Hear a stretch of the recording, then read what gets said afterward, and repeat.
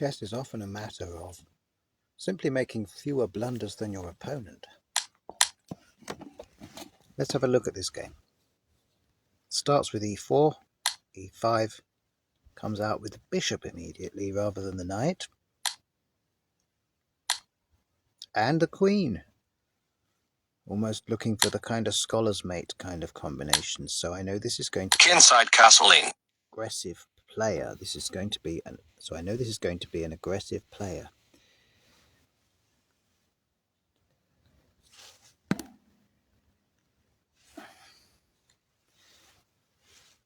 Sometimes winning chess simply means spotting your opponent's blunders and not making any blunders yourself. This is a really good case in point. Little game I had today. It's got me above the 2000 mark. May well have got my enemy below it. I don't know. But it starts with e4, e5, out with the bishop immediately. Kind of looking at a kind of scholar's mate type of idea here with the queen adding to it. And I just quietly develop. If he wants to sack the bishop, sometimes I expect that on the next move to stop my king from castling. But he can't really do that with the knight there. I mean, I can still artificially castle fairly easily. And he'll get behind in development if he sacks that bishop. I do it a lot, but it's not a good idea to do it when that knight is on that square, the black knight. And so I managed to castle.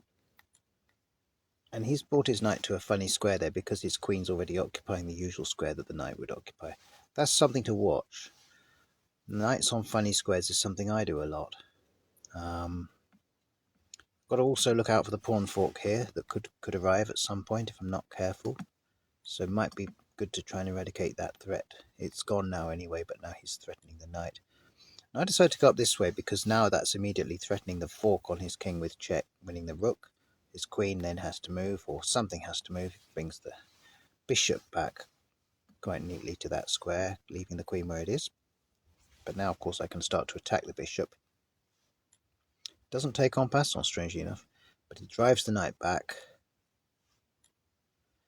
And now this knight comes to the square that the other knight ought to be coming to, really. I would have thought it would have made more sense to bring the other knight to that square so that he hasn't still got 3 pieces stuck there, but never mind, that's what he does. Not quite sure the thinking there. Now I bring this knight back to here because otherwise I might just get a barrage of pawns at some point that might crush my position. It might squeeze things down a bit. I'm already a bit squeezed by his pawn on d5. Never like that pawn. His queen comes to the center. She's looking for some sort of diagonal check eventually, probably down that light colored squares. And so we need to start dominating those light colored squares on this side of the board so that he can't do things like that. So we start to get ready, setting up a pawn fork. He sees it. He gets the bishop back in time. But of course I can still attack the queen.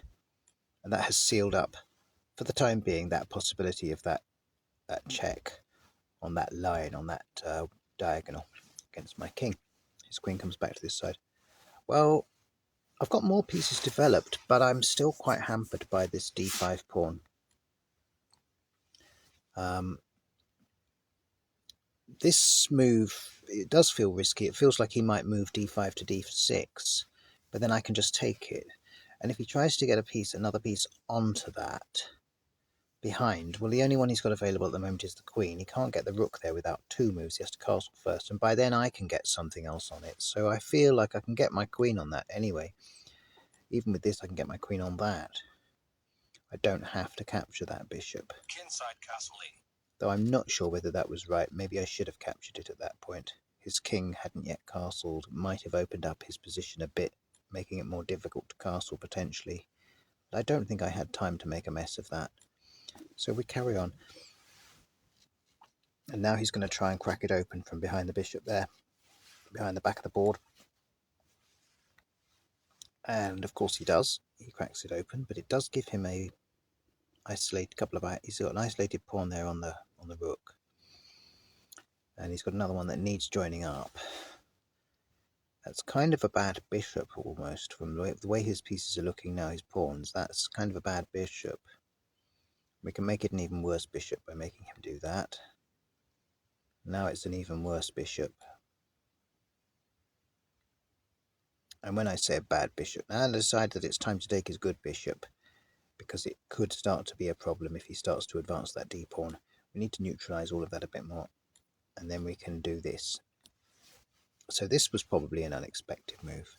Rooks don't normally come forward, they normally sit and play from the back until the very end of the game. But it was just numbers.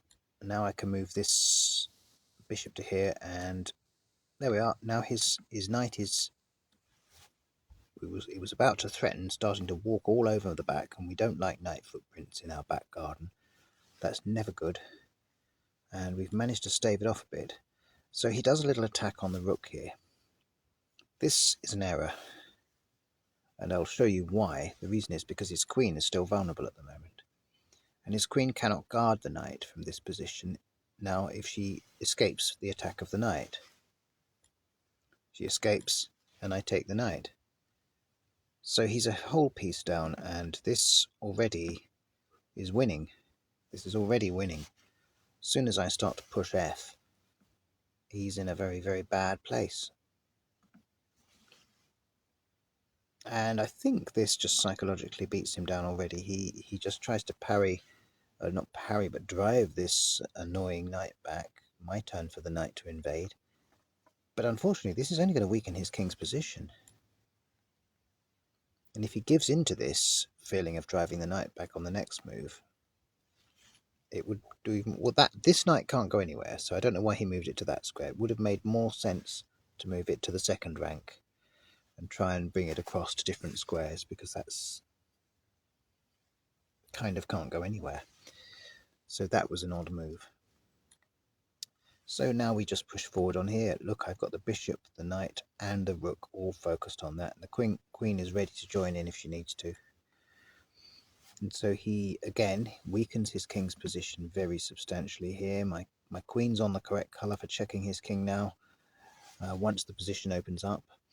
And I think this pawn move was a very big mistake. I can simplify the game. If these pawns clear, I can just take the rook and start to simplify the game until I've got a one-piece advantage that is massive. So now I can drive this knight back that really didn't have anywhere to go forward anyway. So he's got to go back, and this allows me to take here, and his queen is very, very close to being embarrassed. The only square she could have gone to is next to the king, the h2 square. She has nowhere else to go. It's amazing how a couple of pawns in a row can block off an entire rank. It's always surprising, isn't it? The space runs out quicker than you think. But notice I've not made a single blunder, and that's the key. My opponent only made, I think, one blunder. I think it was moving that knight to the b6 square. I don't think his play was extraordinary up to that point, but I think that was the only real blunder. But I capitalised on it, got that single piece advantage, and now I've got the psychological advantage. His queen's really not in the right place anyway. The fact that he brought his queen out at the beginning of the game kind of tells you a lot about his style of play, that he's going to put her at risk out of laziness, instead of using the trickier combinations of minor pieces to try to achieve a win. And this style of play is weak, using the minor pieces to prop up the queen so that she can secure the checkmate. Yes, it works every now and then, and when it does, you can do a devastating instamate. But if you make it a strategy and your opponent spots this as your strategy, he's going to be all over your queen like a rash. And the next move he makes is a blunder. He literally hasn't even realized that that rank is completely off limits now. He hasn't even spotted that. So for those of you who are intermediate players, here's an idea for you. Have a look at that rank. Let's just go back. His queen looks pretty safe there, doesn't it? Kind of looks quite safe. She could move to the e file. and then get anywhere from there, other safe places from there, all the way to the back rank. She can come next to the king if she really has to, and then pawns can come forward to create space. But look, this one simple move, bang. And the point is, when you have two pawns next to each other, the rank in front has a 4 square block off. Got it? Now remember this when you're sitting across the board the other side. If your opponent can get two pawns next to each other coming towards you, it blocks off 4 squares. This is the cause of a lot of back rank mates. It's the cause of a lot of queen embarrassments like we're seeing here. This is not quite a queen embarrassment. She should have gone to h2. But just note how much bigger the area is that those pawns cover than you think, because they're different phases. One's white and one's black, and as they overlap they create a perfect line of 4. And although that sounds obvious when I state it, it isn't always obvious in the game when you've just come from here. It's not always obvious that you're about to block off 4 squares, so look out for this double pawn, this twin pawn, 4 whole squares blocked off, because the 5th square is blocked off by my other pawn, which didn't look like it was anything to do with the block off when we go back a move. So just, that's one to note and use against your opponent. You can get some sly instant back rank mates with this kind of thing, which they won't even see coming. And you can also combine bishops sometimes to make it just be a single pawn that blocks off the whole rank from the king. So she comes to here, forgetting, not realizing, not processing that the whole rank was gone, and this was an instant resigning position. So that's my game for today. Fellow from Q8 got me up to 2007. Hello, Moto.